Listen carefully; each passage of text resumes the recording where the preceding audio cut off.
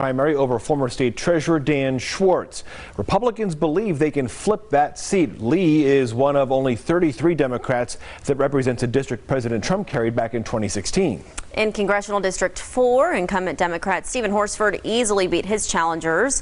It appears former Assemblyman Jim Marchant will take on Horsford come November. He leads the Republicans over Sam Peters and former Miss Nevada, Lisa Song-Sutton. Here are the races for Clark County Commission. This is now District C. It's open because Larry Brown is terming out. Former Secretary of State Ross Miller leads the Democratic field. He defeated Hunter Kane and will face Las Vegas City Councilman Stavros Anthony in the general election. County Commission District D seat also being vacated by Lawrence Weekly, who's also term limited. Assembly member and state party chairman William McCurdy leads with 42% of the vote so far. There are 7 Democrats and no Republicans running for that seat.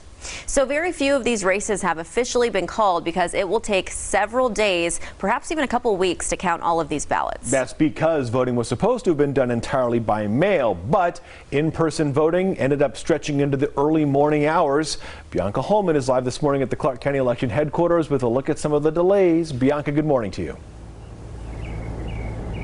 Hey, good morning, John. Good morning, Alex. So those results weren't able to come in till later on this morning, and that's because people were still voting around 1:30 this morning. A lot of frustration from some voters who had to stand in line and wait to cast their ballot in person. And so it was supposed to be an entirely mail-in election because of COVID-19 concerns. There were 3 places around the county people could vote in person. Those were people who lost their ballot or never received one in the mail. Anyone who was in line at 7 p.m. was allowed to wait, but for many, that meant lines of 5 or 6 hours. Voters we spoke with were happy that their voices were heard, but say the process, it needs to change before the general election. You definitely have to have more polling places. There's only 3 polling places, and this county is almost 3 million people. So it's just not enough. I guess more locations open so that the lines didn't take as long to get through, because when we got here, the lady said 5 hours. It's, you know what I mean? So I'd say the heat was the biggest complaint. The head of the elections in Clark County said he and other officials are already working on plans for November. And for now, it appears that we'll have an in-person voting for early voting period and on election day. And coming up in the next half hour, I'll tell you about what the director is talking about and what he's saying about people who may consider or worried that there may be some fraud involved with the mail-in ballots and what they have to say about that. Reporting live from North Las Vegas, Bianca Holman, 8 News Now. Bianca, thank you very much. There were 3 in-person voting locations for the primary. Down in the Southwest Valley, these voters waited outside Desert Breeze Community Center to finish their ballot. Some people there said they wanted to vote in person because they just don't trust the mail-in process, and that, well, overwhelmed the staff. After each in-person vote, workers had to sanitize the 20 slots. Those who dropped off their mail-in ballots say the process was smooth and they didn't have any issues.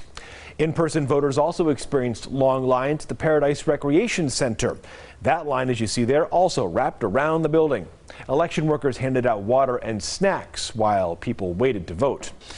8 News Now is your local election headquarters. We have all the information about primary day and the results we have so far at 8newsnow.com. It wasn't supposed to go that way yesterday for the primary election, Alex. It was supposed to go a little smoother than that. A little smoother, but you know, it's the first time we've done this, so it's kind of like a trial run. Good point. We'll follow it all as it goes. Okay, it's 6:04 right now. Let's get over to Nate Tannenbaum, who has some hot weather coming our way. Nate, good morning. Your most accurate Weather Now forecast with Sherry off today. Handle on to the weather clicker. So temperatures could have been upwards of 10 degrees warmer yesterday. So folks who are waiting in line were dealing with the 80s instead of the 90s. This is a live picture for you from our camera. This is on Boulder Station, east side of town, looking out to the west. We've been hanging at 68 degrees the past couple of hours. Just a light breeze. It's really kind of nice out. High pressure in control, so temperatures for sure going to be going up over the next few days. But upstream there will be some changes. Let's get you through the next couple of hours. The low 80s for you by 9 this morning. Should be around 90 during the noon hour. We're going for 96 after stopping at 87 yesterday, and we'll still be in the 90s at 6 this evening. So here are your weather headlines. The warm-up is underway,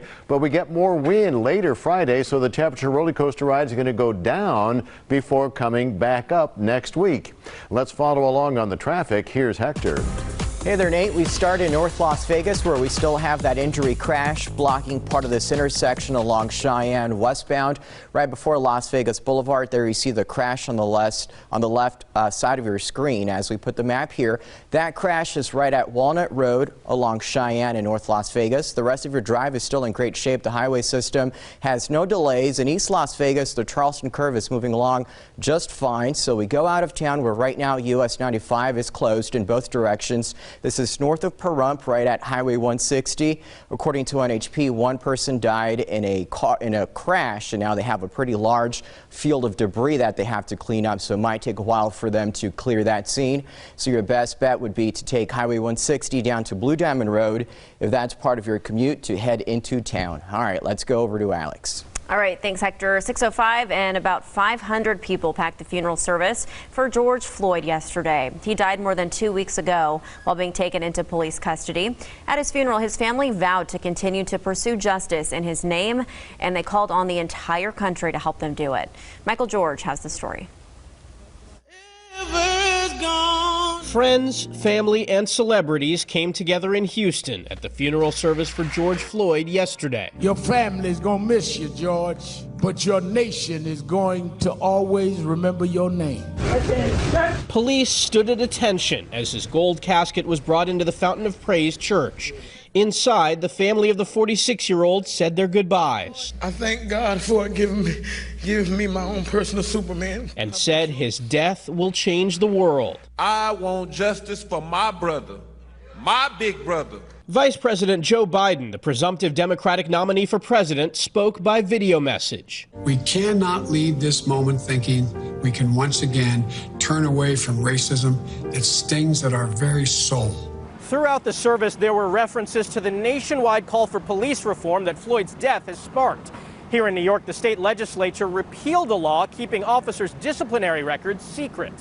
Big deal. You have to give up your background. In Washington, D.C., the city unanimously passed a bill that includes swifter access to body cam footage. The system and structure of policing in our city and our country is one of violence and racism. Back in Houston, Mayor Sylvester Turner announced an executive order banning chokeholds. When he took his last breath, the rest of us will now be able to breathe. Floyd's body was taken by horse-drawn carriage to the cemetery, where he was laid to rest next to his mother. Michael George, CBS News, New York.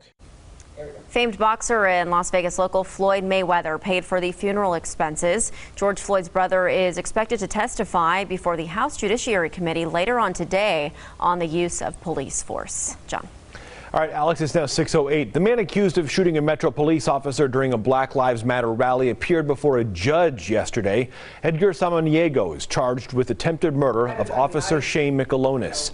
In a court hearing yesterday, a judge ruled surveillance video of the shooting can be released to the public.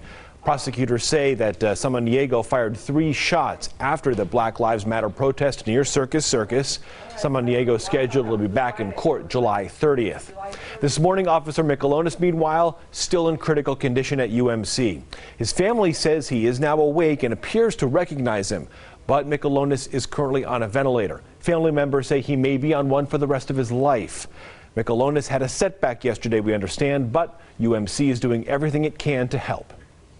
They wanted to thank all the nurses and the doctors and other medical personnel that have battled to save Shay and to help him fight. Michelonis' family hopes he can leave UMC trauma and go to a rehabilitation facility. Tomorrow, the Injured Police Officers Fund is holding Shay Day to raise money for his medical costs. The fundraiser's at Sahara West Urgent Care from 9 to 5. You can donate money, sign a large banner, or buy a T-shirt. All of the proceeds go to Shay and his family. You can find information at 8newsnow.com. Alex. Well, Elon Musk's Boring Company wants to expand the People Mover at the convention center all the way to the Wynn and the Encore. Musk just submitted an application for land use to Clark County leaders to build a new tunnel. This one would add a separate loop from the one that's already under construction underneath the convention center. So Wynn Las Vegas says the new tunnel would be an important step in the resort's commitment to green initiatives. And from Resorts World, they just submitted plans to have a passenger station and tunnel as well. Would connect connect to the convention center. If they get the green light from the Clark County Commission, construction could begin on that later this year. Resorts World is set to open next summer. So some exciting things to look forward to, John. It is 10 minutes past 6. Still to come here on 8 News Now. Despite the openings of businesses around the valley, the pandemic still having an effect on a lot of events. Coachella's been rescheduled once. We'll tell you if it could get put off even longer. Next on 8 News.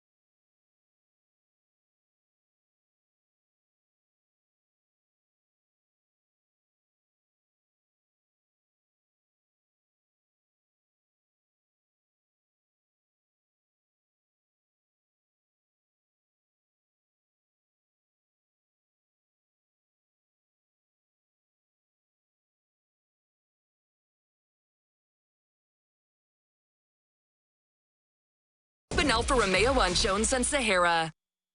You're watching the Valley's news leader with John Langler, Alex Backus, Sherry Swensk, and Nate Tannenbaum. This is Good Day Las Vegas on 8 News Now. 6:14 on your Wednesday morning. Check out this beautiful video trending this morning. A drone taking a look at tens of thousands of sea turtles, Hector. Wow, look at that. And this was on an island near the Great Barrier Reef. We're told it's the world's largest green turtle rookery. It's where they come to shore to nest.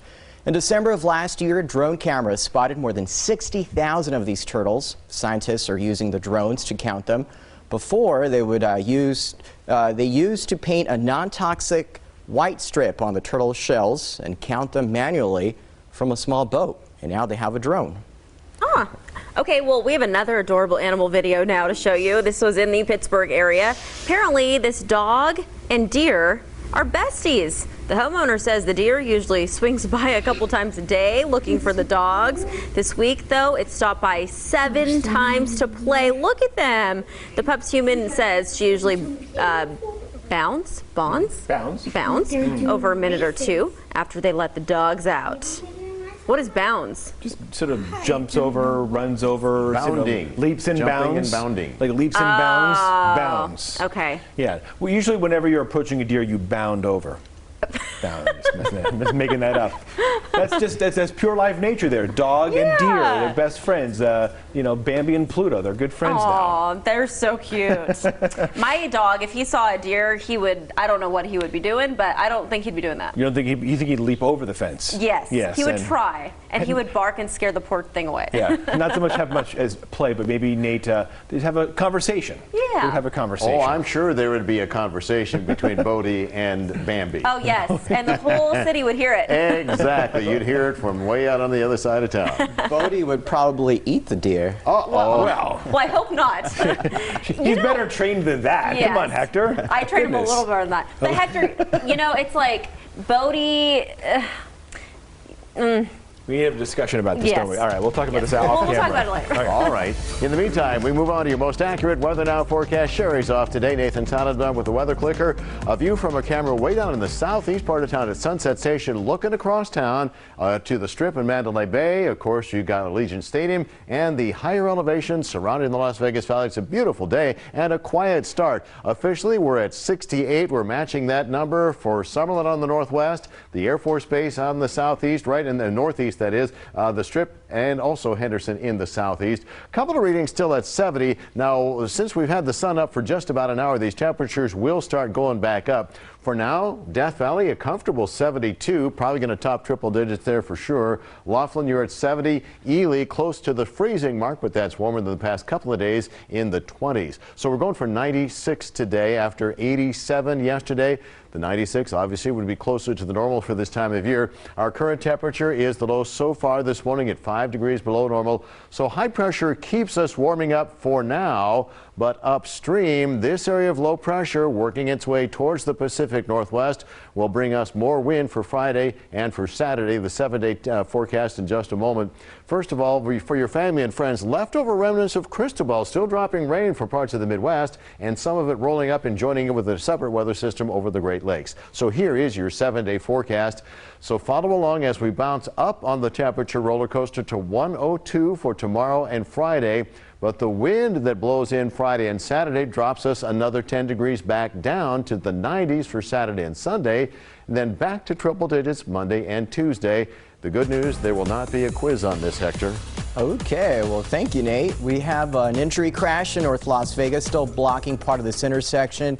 Westbound Cheyenne before Las Vegas Boulevard, and there you can see traffic squeezing around this crash here. Hopefully they clear that soon so it doesn't cause any problems. If you're driving through that area, again, it's westbound Cheyenne right at Walnut Road. The rest of your drive is still in great shape. The resort corridor, this is the I-15 closer to Spring Mountain Road, still a delay-free ride right now. So let's go out of town where NHP is on the scene of a deadly crash along US 95. This is north of Pahrump, right at Highway 160. NHP saying it involves 2 vehicles. 1 person died, and they have a large debris field to clean up. They told us a semi struck some of that debris, so troopers are busy right now cleaning that up. So if you use Highway 160, or rather if you use US 95 to get into Las Vegas from the Pahrump area, your best bet would be to take Highway 160 down to Blue Diamond Road and get into town that way, because again, as you can see with the purple color on the map, US 95 is closed right now in both directions. John, over to you. Hector, thank you. It's now 6:19. Coming up on 8 News Now, George Floyd's death, sparking the discussion on police reform. We'll talk about a bill in the works on Capitol Hill by Republicans to police the police. And before we go to break, here are more of the results so far from the Nevada primary last night. All of this information is also at 8newsnow.com. We're back after this. Good morning.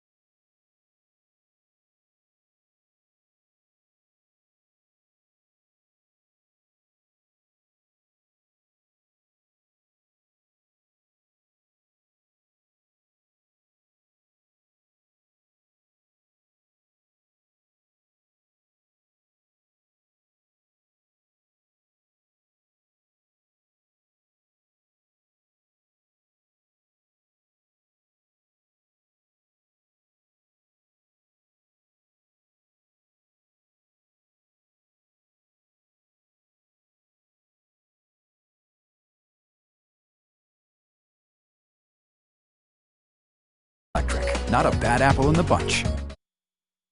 This is Good Day Las Vegas.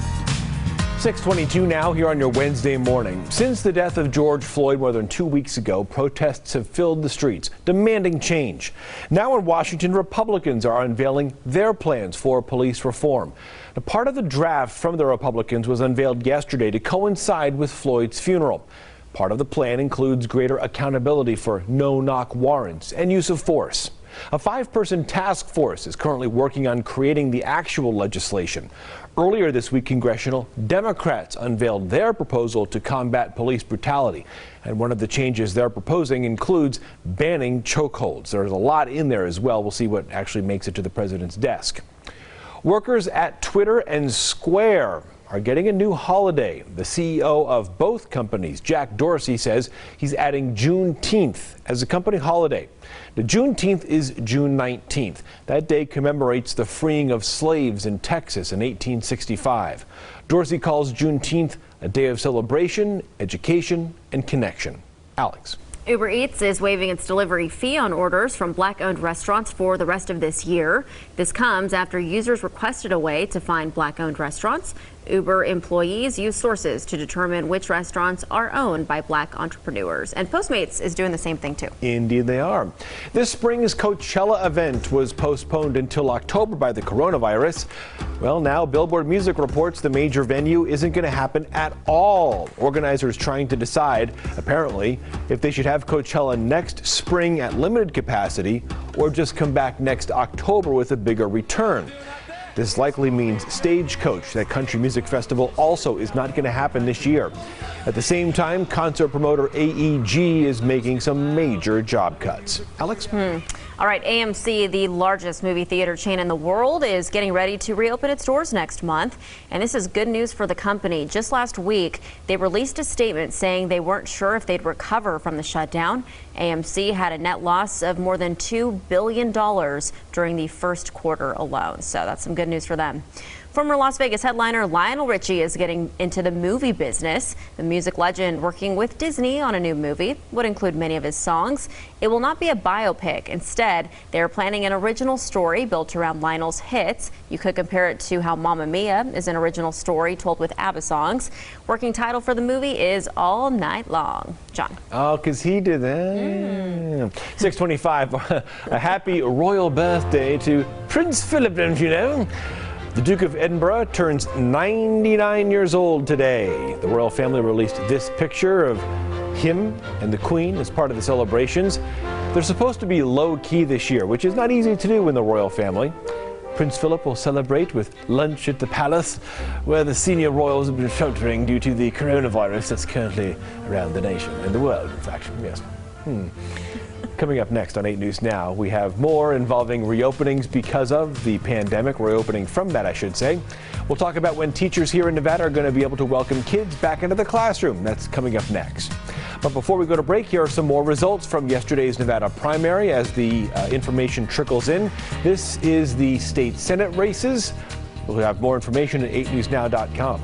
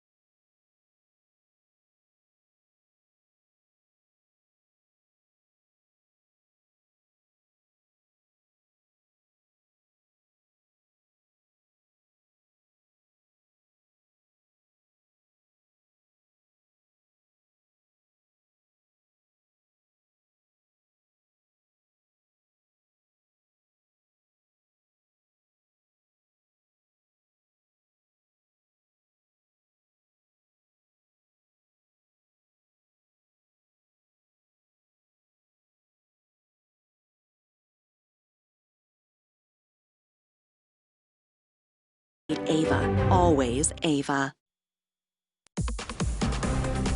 Now on Good Day, results trickled in overnight from the Nevada primary. We look at who's leading some of the biggest races. Plus, voting was supposed to be an all mail-in process, but some people were voting into the early morning hours. I'm Bianca Holman with what officials have to say about it. And health experts concerned about the Black Lives Matter protests, why they fear masks may not be enough to stop the pandemic from spreading. Good Day Las Vegas starts right now. Now, live. This is Good Day Las Vegas. and a very good morning to you, everybody. 6:30 on a Wednesday. Doing okay over there? I'm just making faces. No big deal. Yes. Good morning, everybody. I'm Alex Baggett. I'm John Langler. Good morning to you. Wednesday. We are halfway through the week. Hopefully you're doing well at home. We're still socially distant, but physically also distant as well. We're going to talk about all the primary information, the election, the long delays at the ballot lines yesterday. But first, it's Nate Tannenbaum, who has no line. No, we've got the numbers for you right now with your most accurate Weather Now forecast. Sherry's off today. A beautiful view from our camera at Boulder Station, east side of town, looking to the west at the Strip. And officially, we're at 68 degrees. Let's get the number up here from McCarran. Just a little breeze out of the south-southwest at 5 miles an hour. We're 2 degrees warmer than at this time 24 hours ago. High pressure is in control, so temperatures going to be going up on the roller coaster for a couple of days before sliding back down. That's all coming up in your 7-day forecast, but let's get you through today. From 68 right now, I believe we're going to jump up into the low 80s by 9. Should be around 90 at noon. We'll go for 96 the afternoon high after 87 yesterday, still in the 90s after 6. So your weather headlines look like this. We have the warm-up underway, but wind blowing into town Friday sends the temp roller coaster back down for the weekend, only to go back up next week. Let's follow along on the traffic right now with Hector. Hey there, Nate. Good morning. In town, no issues, thankfully, on the highways. However, in North Las Vegas, we have crews making progress, thankfully, on the scene of this injury crash happening on westbound Cheyenne right before Las Vegas Boulevard. They just removed one of the cars involved just a few minutes ago. But meanwhile, we have, as you can see, traffic squeezing around what's left of that crash. This is on Cheyenne, right at Walnut Road in North Las Vegas. The rest of your drive is still in great shape. I-15 moving along without any issues. US 95, though, out of town north of Pahrump is closed in both directions right at Highway 160. NHP saying they're working a deadly crash. One person died in that crash. So your detour, if you head into town through Highway 160, and if you normally take US 95, your best bet would be to take Highway 160 down to Blue Diamond Road and get into town that way instead, because US 95 is still closed. Back to you guys. Hector, thank you. Let's talk politics. 6:32 now. Now, early this morning, we received the first results from last night's primary election. Yeah, results started coming in just after 2:30 this morning in Congressional District 3. Incumbent Democrat Susie Lee sailed to victory as expected. She will likely face former WWE wrestler and businessman Don Rodheimer. He leads the Republican Party primary over former state treasurer Dan Schwartz. This is a seat Republicans are targeting. Lee was one of only 33 Democrats representing a district President Trump carried in 2016. All right, let's look at Congressional District 4 now. Incumbent Democrat Stephen Horsford easily beat his challengers. It appears former Assemblyman Jim Marchant will take on Horsford come November. He leads the Republicans over Sam Peters and former Miss Nevada Lisa Song Sutton. Here's a look at the Clark County Commission races. We're going to start with District C, which is being vacated by Larry Brown. The top Democrat, former Secretary of State Ross Miller. He'll face Las Vegas City Councilman Stavros Anthony in the general election. District D now for the Clark County Commission. Also, this is being vacated by Lawrence Weekly, who is term limited. Democratic Assemblyman and State Party Chairman William McCurdy leads with 42% of the vote.